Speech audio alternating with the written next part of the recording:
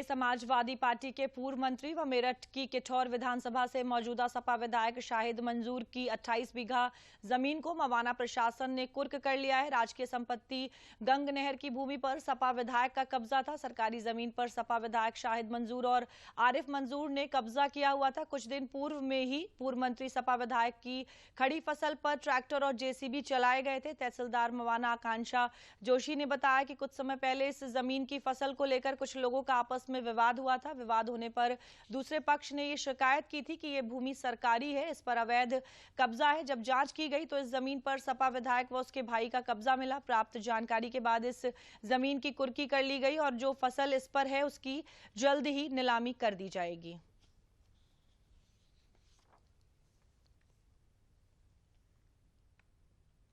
एक शिकायती प्रार्थना पत्र मोहसिन की तरफ से प्राप्त हुआ था, जो राधना के निवासी हैं, कि ये सरकारी भूमि है 1361, जो 15/2 नवैयत की भूमि है, उस पे ईख की फसल लगी हुई थी और उसका प्रबंधन वर्तमान में हाजी मोहम्मद आरिफ सन ऑफ मंसूर अहमद निवासी किठौर उनके पास है। तो वहाँ पे गन्ने की फसल लगी हुई थी। इन्हीं दो पक्षों के बीच में विवाद हुआ था, जिस आधार पे न्यायालय उप जिलाधिकारी के वहाँ से भूमि की कुर्की कर ली गई है और फसल की नीलामी के लिए प्रोसेस करा।